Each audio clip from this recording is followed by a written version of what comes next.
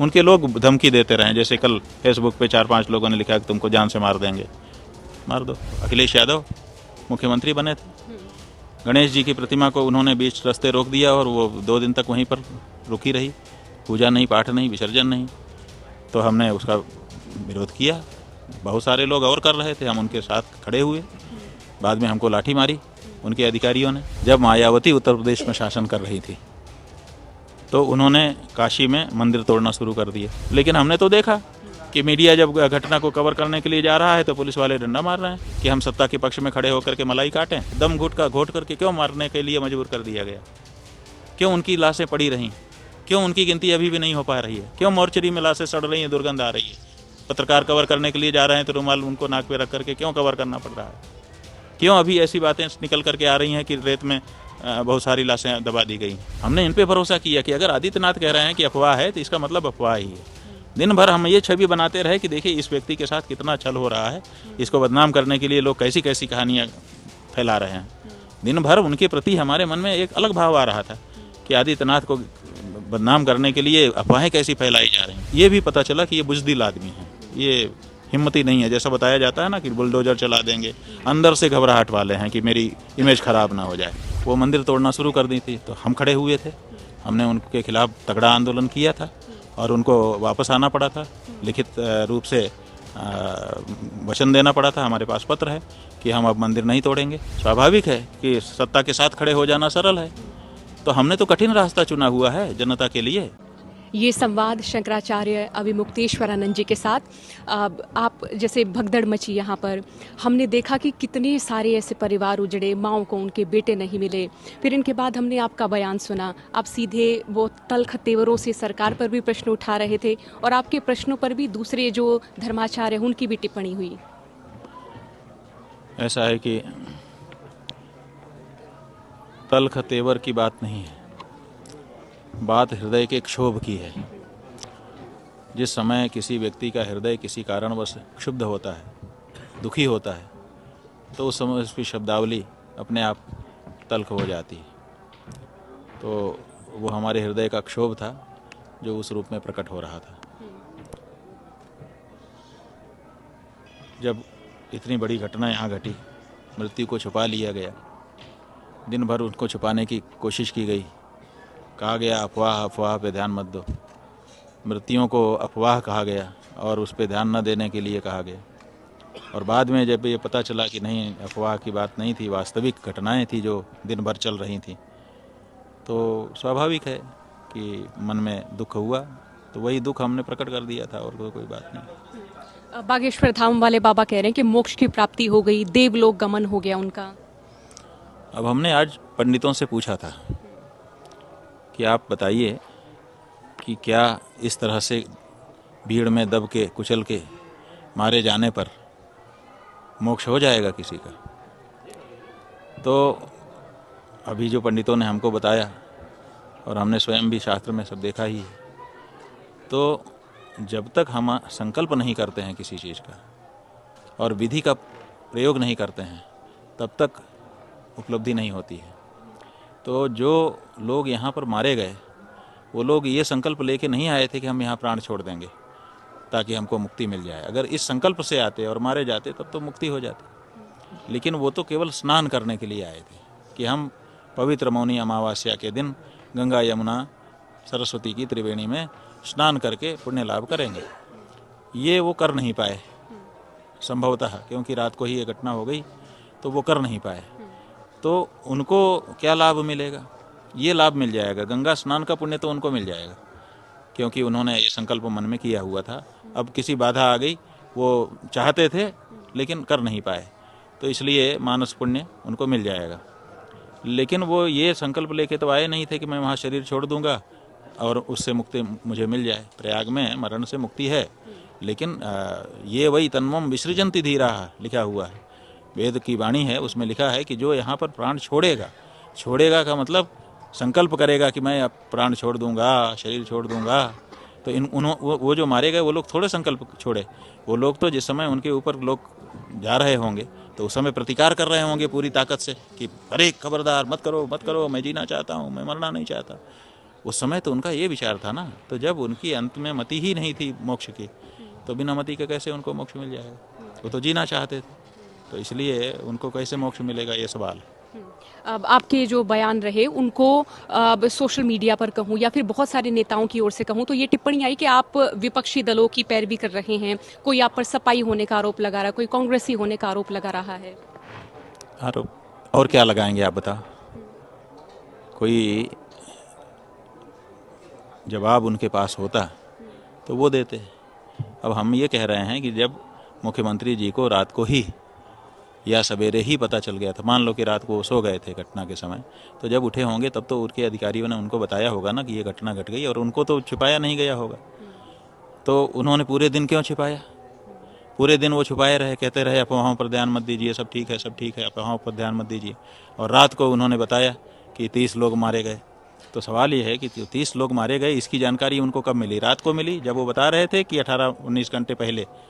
तो 18-19 घंटे वो इस बात को क्यों छिपाए रहे? ये सवाल है। अब इस सवाल का जवाब है नहीं उनके पास, तो आखिर वो क्या कहेंगे?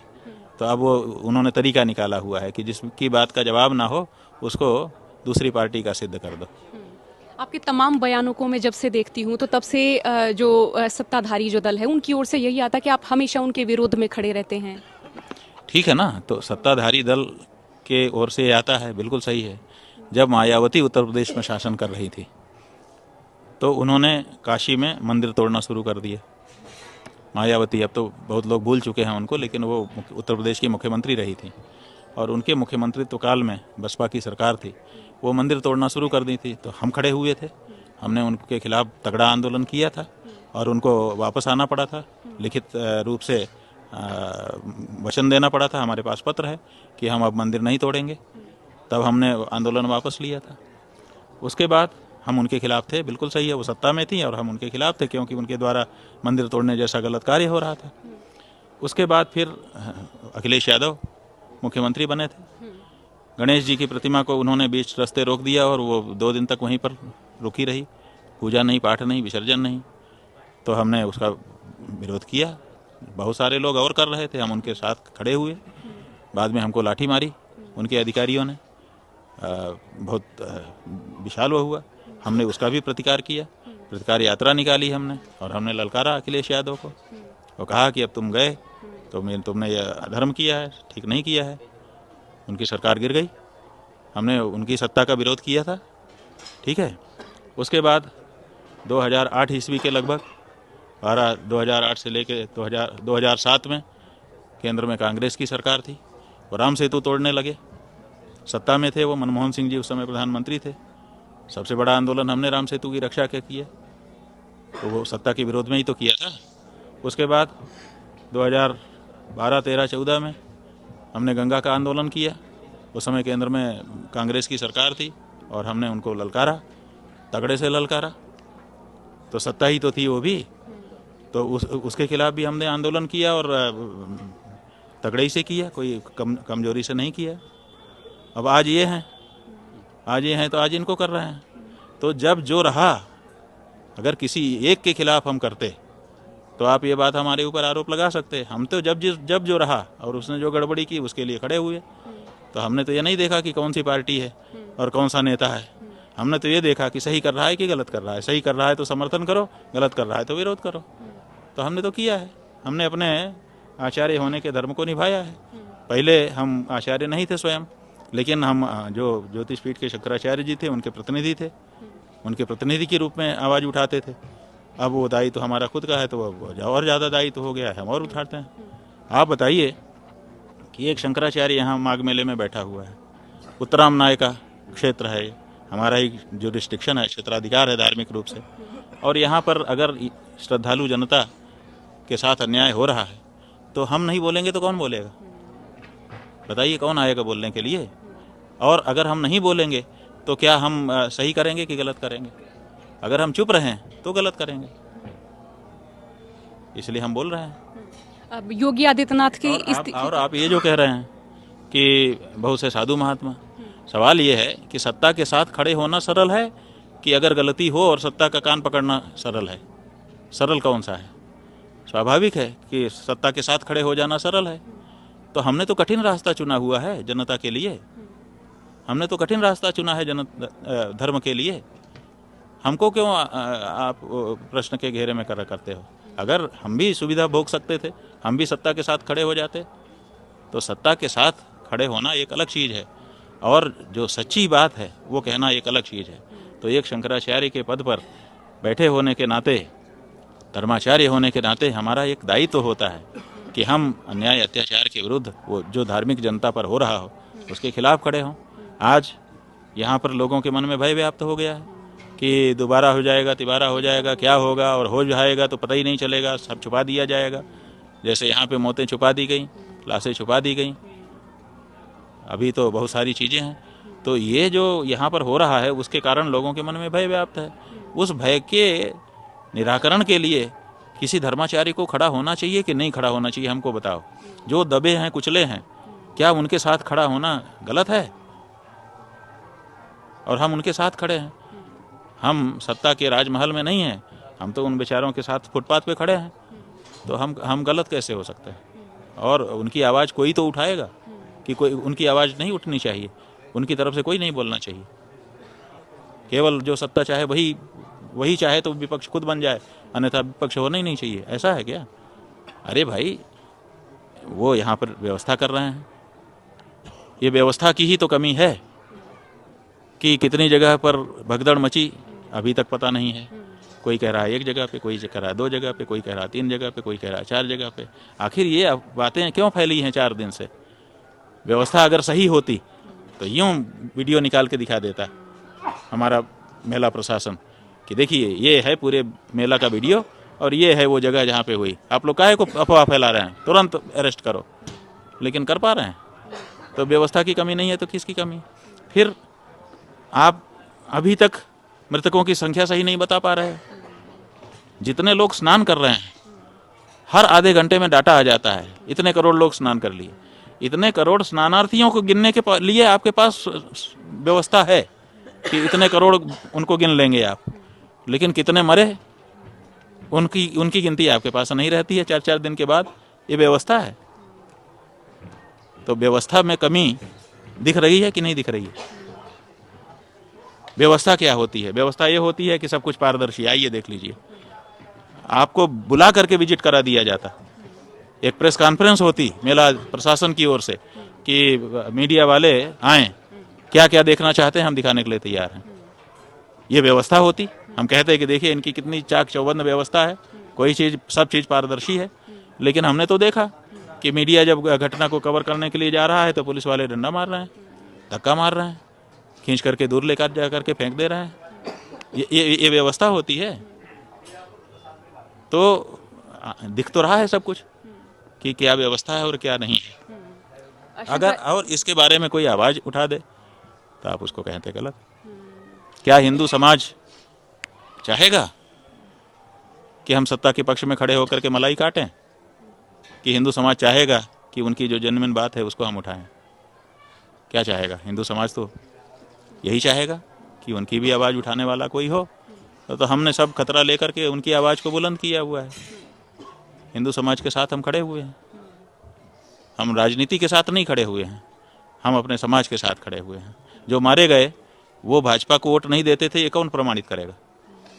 आप बताइए, कोई प्रमाणित कर देगा? वो पता नहीं किस पार्टी को वोट देते थे, किसको पता कि वो कौन पार्टी के थे। लेकिन वो श्रद्धालु तो थे, स्नानार्थी तो थे, बड़े भाव से चाव से आए तो थे। फिर उनको दम घोट करके क्यों मारने के लिए मजबूर कर दिया गया? क्यों उनकी लाशें पड़ी रहीं? क्यों उनकी गिनती अभी भी नहीं हो पा रही है? क्यों मोर्चरी में लाशें सड़ रही हैं, दुर्गंध आ रही है? पत्रकार कवर करने के लिए जा रहे हैं तो रुमाल उनको नाक पे रख करके क्यों कवर करना पड़ रहा है? क्यों अभी ऐसी बातें निकल करके आ रही हैं कि रेत में बहुत सारी लाशें दबा दी गई हैं? क्यों आ रहा है? तो कहीं ना कहीं व्यवस्था में कोई त्रुटि तो है।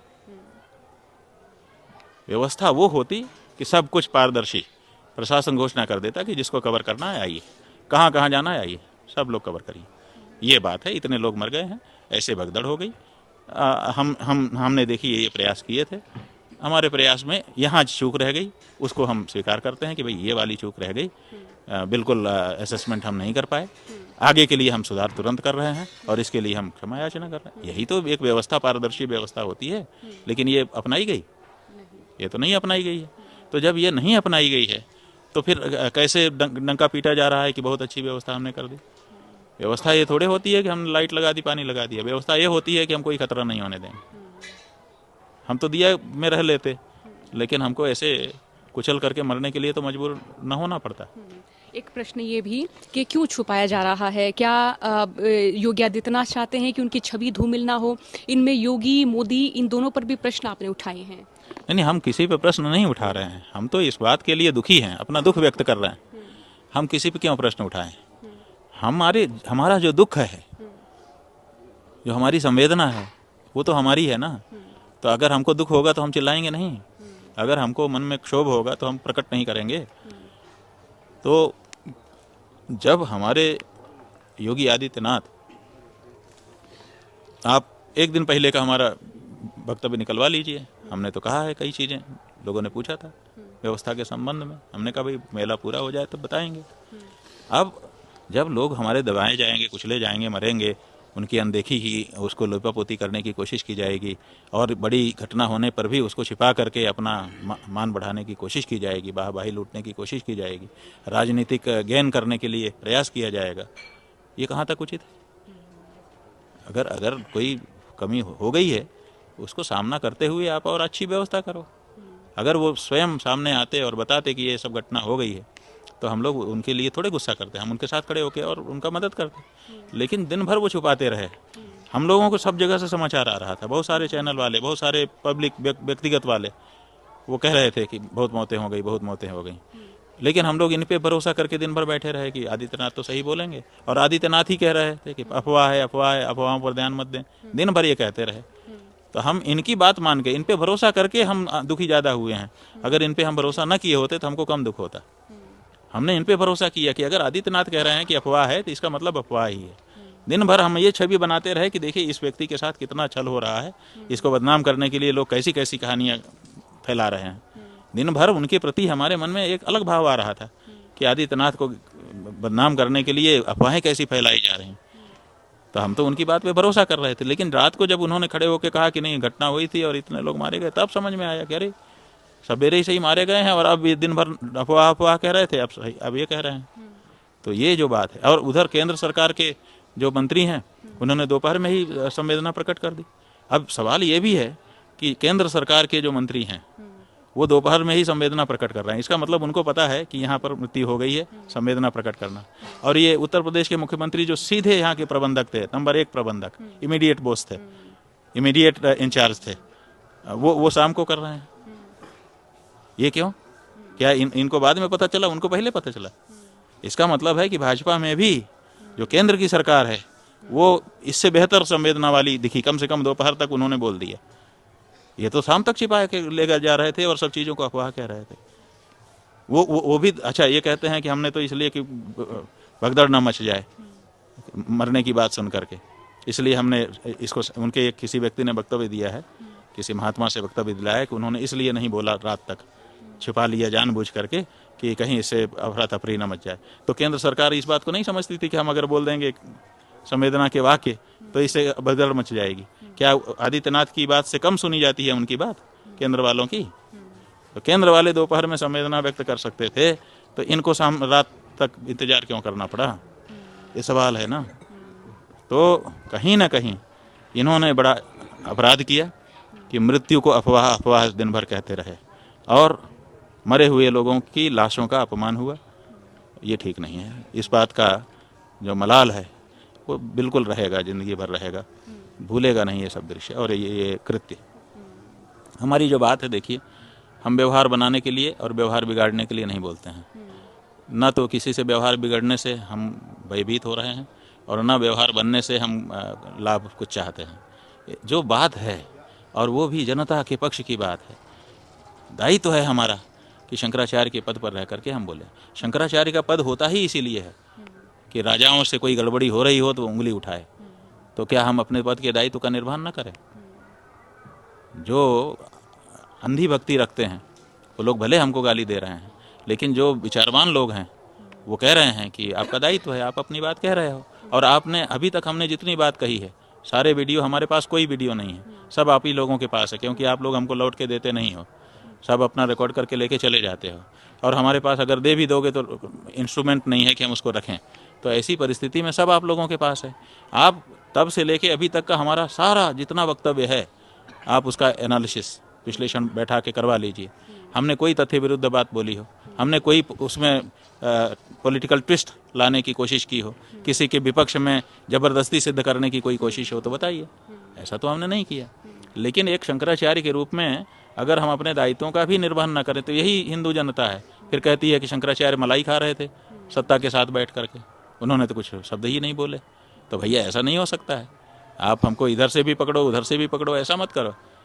इसलिए हमारा अंतःकरण ने, हमारे जमीर ने, हमारी अंतरात्मा ने हमको कहा कि ये गलत हो रहा है, ये ठीक नहीं है, इसके बारे में तुम कहो। तो हमने कहा। अखाड़ा परिषद के अध्यक्ष रविंद्र पुरी का कहना है कि ये जो भगदड़ हुई है ये महज संयोग हुआ है, और उन्होंने आप पर भी प्रश्न उठाए कि आप कहीं राजनीतिक मंशा है आपके भीतर, या आप राजनीतिक लाभ चाहते हैं दूसरी पार्टियों से। सवाल यह है कि जो मुख्यमंत्री के साथ इतनी बड़ी घटना के बाद भी उनको बचाने के लिए खड़े हैं, वो राजनीतिक लाभ नहीं चाहते, और उनके खिलाफ खड़े होकर हम क्या राजनीतिक लाभ ले लेंगे? अरे हमको लेना होगा तो जो पार्टी बहुमत में है, जिस पार्टी का मुख्यमंत्री है, उसके पक्ष में जाके राजनीतिक लाभ हमको मिलेगा, कि जो विपक्ष में हैं और उनके आने की कोई संभावना अभी दिख नहीं रही है, उनसे हमको राजनीतिक लाभ मिलेगा। कौन सा राजनीतिक लाभ मिलेगा बताओ आप? बसपा से हमको क्या लाभ मिल सकता है? यही पार्टियां हैं यहाँ पर, सपा है, बसपा है, कांग्रेस है, और वो रावण की पार्टी है, और वो असदुद्दीन ओवैसी की पार्टी है। यही 4-5 पार्टियां तो हैं इन, और वो राजभर वाली पार्टी है। अब ये जितनी पार्टियां हैं, ये हमको ज़्यादा राजनीतिक लाभ दे सकती हैं कि योगी आदित्यनाथ हमको ज़्यादा राजनीतिक लाभ दे सकते हैं? बताओ। मानी हुई बात है कि राजनीतिक लाभ अगर हमको मिल सकता है तो आदित्यनाथ से मिल सकता है। तो अगर हम राजनीतिक लाभ के लिए बोल रहे होते तो जैसे महाराज जी खड़े हैं ना, वैसे हम भी उन्हीं के बगल में जाके खड़े हो जाते, कहते कि नहीं नहीं बड़ा अच्छा काम कर रहे हैं। लेकिन हमने ये नहीं किया है। इसलिए जब आरोप कोई लगाता है ना, तो उसको देखना चाहिए कि मैं कहाँ खड़ा हूँ। ये बात है। ये मेरा अंतिम प्रश्न है। आप जैसे कि मुखर हैं, मुखर भी मैं कहूँ कि वो आप अपना कर्तव्य निभा रहे हैं, तो ऐसे क्या सत्ता पक्ष की ओर से कभी आपके पास ऐसे आता है एक तरह की रिक्वेस्ट, उसे मैं कहूँ कि आप बयान ना दें या आप ना बोलें, कुछ इस तरह कहा जाता आपसे? नहीं, अगर आते तो अच्छा रहता। अच्छा नहीं रहता। आते और कहते नहीं, हमको रोकने आते, वो तो अलग बात है कि रोकना ना रोकना, लेकिन कम से कम वो हमको बताने तो आते कि सच्चाई ये है। कोई व्यक्ति उनका आता कि महाराज ये वाली बात आपकी तथ्य विरुद्ध हो रही है, आप इसको ये हम तथ्य आपके सामने रख रहे हैं, तो तब हमको अच्छा लगता कि चलो कम से कम वो हमको तथ्य दिखा रहे हैं। लेकिन वो तो ये ऐसे संवाद ही नहीं करते हैं, कभी नहीं। उनके लोग धमकी देते रहे, जैसे कल फेसबुक पे 4-5 लोगों ने लिखा कि तुमको जान से मार देंगे। मार दो, सन्यासी को मरने से क्या डर है? जब हम अपना श्राद्ध तर्पण कर ही चुके हैं, हमें क्या डर है बताओ? हमें अब कौन सा संसार का सुख भोगना है कि हम संसार में ज़्यादा दिन तक रहने की इच्छा करें? अरे जब तक भगवान ने रखा है तब तक हैं। जिस दिन भगवान कह देगा कि चलो तो पहुँच जाएंगे, ज़्यादा अच्छा है। तो मरने से आप हमको मरने की धमकी देते हैं। मरने की धमकी उसको दो जो ये सोचता हो कि अरे ज़िंदगी चली गई तो क्या होगा, फिर तो अंधेरा। हम तो हिंदू धर्म के मानने वाले हैं, सन्यासी होने के नाते संसार भोगने की हमारी ये बात ही खत्म हो चुकी है। जब तक हैं तब भी नहीं भोग सकते। और दूसरे, हमारे यहाँ पुनर्जन्म है, अगर मुक्ति नहीं हुई तो अच्छे काम के लिए, धर्म के लिए लड़ते हुए मरेंगे तो और अच्छा जन्म मिल जाएगा। हमें क्यों डराते हो? डराओ उसको जो ये, जिसके दर्शन में ये बात है कि अंतिम जिंदगी है, दोबारा नहीं मिलेगी, जो कुछ करना हो कर लो। ऐसा जो लोग सोचते हैं उनको डराना है। तो यही करते हैं। अगर वो संवाद स्थापित करें और हमको तथ्य, अगर हमसे बोलने में कहीं तथ्य की कोई गलती हो रही है तो आके सुधारने के लिए उनके पास अवसर है, वो सुधार सकते हैं कि महाराज जी ये बात है। हम तथ्य के पक्षपाती हैं, हम उनके दुश्मन भी नहीं हैं और दोस्त भी नहीं हैं। नहीं, जैसे कोई ये कहते हैं ना कि कांग्रेसी, तो कांग्रेसी से मतलब ये है कि कांग्रेस भाजपा से हमें कोई लेना देना नहीं है। उनके कोई अच्छे काम हैं, हम उनकी प्रशंसा भी कर सकते हैं, और अगर उनके बुरे काम हैं, उनके हम मुखर आलोचक उनके भी हैं, किसी के भी हैं। हम किसी के नहीं हैं, सच बात यह है, और सबके हैं। अच्छे काम के लिए सबके हैं, बुरे काम के लिए किसी के भी नहीं। तो हम तो उसी रूप में हैं और उसी रूप में रहना चाहते हैं। तो अगर तथ्य की कोई बात हो तो वो आकर के कभी भी हमसे बता सकते हैं, हम उसको बिल्कुल स्वीकार करेंगे। लेकिन आप लीपापोती करेंगे, लाशों को आप कहेंगे कि अफवाह है, और फिर उनको रेत में दबवाने की बात सुनी जाएगी, उनको मोर्चरी में सड़ने की बात सुनी जाएगी। हमको लाके फ़ोटो पत्रकारों ने दिखाया, कह रहे हैं 30 आदमी मरे, और वहाँ जो लाशें रखी गई हैं सफ़ेद कपड़े में बांध बांध करके, उनमें नंबर पड़े हुए हैं, और उनमें नंबर जो है 57 और 64 सब दिखाई दे रहा है। ये कैसे दिखाई दे रहा है? अगर लाशों के ऊपर नंबरिंग जो गोल काले रंग से गोल उसमें आपने डाला हुआ है तो उसमें ज़्यादा नंबर कैसे दिख रहे हैं? अब वो छुपे हुए कैमरे से खींच लिया, क्योंकि फ़ोटो तो खींचने नहीं दे रहे हैं वहाँ पर। पत्रकार लोग जो है छुपा कैमरा लेके भी जाते हैं कोई कोई, तो उन्होंने दिखाया हमको। खुद नहीं स्टोरी चला पा रहे हैं क्योंकि उनके ऊपर से बना है कि हम इसको मत नहीं दिखाएंगे। लेकिन वो पत्रकार हैं ना, वो जो देख रहे हैं उनका भी हृदय दहला हुआ है। कई पत्रकार हमारे पास आए रोते हुए कि महाराज जी हम रो रहे हैं, क्योंकि जो चीज़ है वहाँ वो बहुत ख़राब है और हम दिखा नहीं सकते क्योंकि ऊपर से हमारे स्टॉपर लगा हुआ है। तो परिस्थितियाँ हैं ना, तो आप छिपा छिपा करके कितने दिन अच्छे बनेंगे? इससे ज़्यादा अच्छा होता कि आप सामने आ जाते और कहते कि भाई घटना घट गई, हम जांच करके पता करेंगे, हम सही कर रहे हैं, वो ज़्यादा बेहतर होता। लेकिन ये जो छुपाने की प्रक्रिया इन्होंने अपनाई, उससे ये भी पता चला कि ये बुज़दिल आदमी है, ये हिम्मती नहीं है। जैसा बताया जाता है ना कि बुलडोजर चला देंगे, अंदर से घबराहट वाले हैं कि मेरी इमेज ख़राब ना हो जाए। इमेज क्यों ख़राब होगी आपकी? आप जब गलत काम करेंगे तब इमेज ख़राब होगी। घटना हो गई, घटना होने के बाद आप खड़े होकर संभालिए, इमेज क्यों ख़राब होगी? आपकी इमेज और अच्छी हो जाएगी कि भाई देखिए खुद खड़ा हो गया। लेकिन वो ना करके इन्होंने ये सोचा कि मैं अब सब दबा ले जाऊं, छिपा ले जाऊं ताकि मेरी इमेज अच्छी रहे। तो इसका मतलब अपनी इमेज के लिए आप कुछ भी कर सकते हो, ये थोड़ा ठीक नहीं लगा। क्या योगी आदित्यनाथ को लग रहा है कि अगर लाशों की गिनती एक तरह से लोगों के बीच में चली जाए या इस घटना का पूरा विवरण दिया जाए तो विपक्षी या फिर और तमाम आप जैसे शंकराचार्य वो सभी उनसे एक मुखर होकर इस्तीफे की मांग कर लेंगे, उन पर बहुत दबाव होगा? इस्तीफे की मांग का क्या मतलब है? देखिए, अगर वो पद पे भी बने रहते हैं, इस्तीफे की मांग क्या होता है? एक सिंबल होता है कि मैंने इसको खारिज कर दिया कि तुम उस लायक नहीं हो। जब हमने कहा कि इनको हटा दिया जाए, इसका मतलब कि हमने मान लिया कि ये व्यक्ति उस पद के काबिल नहीं है। अब वो अगर वो बेशर्म होकर पद पे बना रहता है तो भी बना रहे, क्या दिक्कत है? उनको हटा के हमें तो बनना नहीं है ना, हमने कोई आदमी तैयार रखा है कि तुम बन जाना। तो इसलिए वो हटे ना हटे वो बात नहीं है। नहीं हट के भी अब ये बात एक मैसेज हो गया कि ये व्यक्ति इस पद के काबिल नहीं है, वो हमने कह दिया और वो संदेश चला गया, पूरे देश में चला गया। और हमने जो भारतीय जनता पार्टी के प्रमुख लोग थे उनसे भी अनुरोध कर लिया था कि आप लोग इनको हटा के दूसरे योग्य व्यक्ति को बैठा दीजिए, ताकि आप कम से कम इस संदेश से बचे रहें, लोगों को लगे कि नहीं इन्होंने कार्रवाई की। अब कार्रवाई क्या हुई आप बताइए? 30 लोग भी अगर मरे जैसा कि वो कह रहे हैं, हालांकि ये संख्या बिल्कुल गलत है, लेकिन अगर उनके कहने से 30 लोग भी मरे, 30 लोग कुछ होते हैं, 30 लोगों का जीवन मायने रखता है। तो 30 लोग मर गए, ना मेलाधिकारी बदला, ना डीआईजी बदला, ना आईजी बदला, ना एसपी बदला, ना ये बदला ना वो बदला, एक चौकीदार भी बदला नहीं, एक के ऊपर कोई कार्यवाही नहीं हुई और कार्यक्रम सब शुरू हो गए। उपराष्ट्रपति आकर के वीआईपी नहा रहे हैं और मुख्यमंत्री उनका स्वागत कर रहे हैं, दोनों हंसते हुए का फोटो छपवा रहे हैं, माने जैसे कुछ हुआ ही नहीं। आप देखिए ना, तो ये जो है ये मैसेज जा रहा है, इसकी चर्चा आम जनता कर रही है। तो हम यही चाहते थे कि इनका बिगड़े ना, एक आदमी है उससे गलती हो गई, उसको हटा के दूसरे को ले आए ताकि पार्टी की छवि तो कम से कम सही रहे। और पार्टी भी अब उन्हीं के साथ खड़ी दिखाई दे रही है, तो ठीक है, हमें क्या दिक्कत है, ये बात है। बहुत बहुत शुक्रिया बातचीत के लिए, समय देने के लिए बहुत शुक्रिया आपका। तो ये आपने बातचीत सुनी। अब आपके भी कोई प्रश्न हो तो वो भी हमें लिखकर भेजें, क्योंकि हम दोबारा शंकराचार्य जी से समय लेंगे, कुछ और सवाल होंगे और उन सवालों में आपके सवाल भी सम्मिलित किए जाएंगे। बातचीत को सुनने के लिए बहुत बहुत शुक्रिया। नमस्कार।